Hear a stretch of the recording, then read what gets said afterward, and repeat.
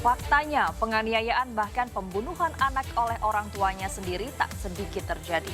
Ya, faktanya pula orang tua berpotensi sakiti buah hatinya sendiri bisa terdeteksi perilakunya. Kepedulian di antara kunci cegah seorang anak jadi korban.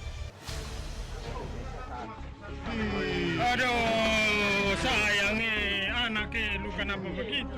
Kasus-kasus penganiayaan anak oleh orang tuanya sendiri banyak terjadi. Mulai penyekapan, penyiksaan, hingga pembunuhan. Pelakunya orang tua tiri, bahkan juga ayah atau juga ibunya sendiri. Latar belakangnya atau alasannya beragam, mulai tak bisa menahan emosi, jadi objek melampiaskan emosi, hingga malu atau juga khawatir dengan kondisi ekonomi. Dalam kacamata psikologi, memang ada sejumlah hal sebabkan orang tua secara sadar sampai hati menyiksa, bahkan menghilangkan nyawa buah hatinya sendiri.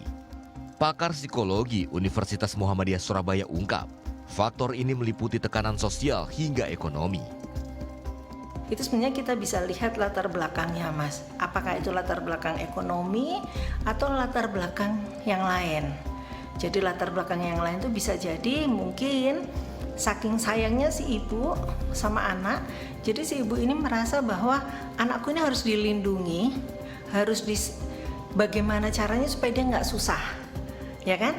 Supaya dia nggak susah di dunia ini, dia merasa aku di dunia ini susah. Nah, jangan sampai anakku pun merasakan sulitnya hidup seperti aku. Makanya dia bunuh anaknya supaya anaknya nggak akan merasakan kesulitan seperti yang dia rasakan. Itu bisa jadi. Atau tekanan ekonomi si ibu merasa bahwa ekonomi semakin sulit, aku hidup untuk aku sendiri aja sulit, apalagi masa aku harus ngidupin anak-anakku. Jadi tuntutan ekonomi itu juga bisa, atau tuntutan lain-lain, ada latar belakang yang lain. Pelaku sebenarnya tampak gelagatnya dan dampak fatal pada dasarnya bisa dicegah oleh keluarga juga lingkungan. Negara berperan, salah satunya dengan mengentaskan kemiskinan.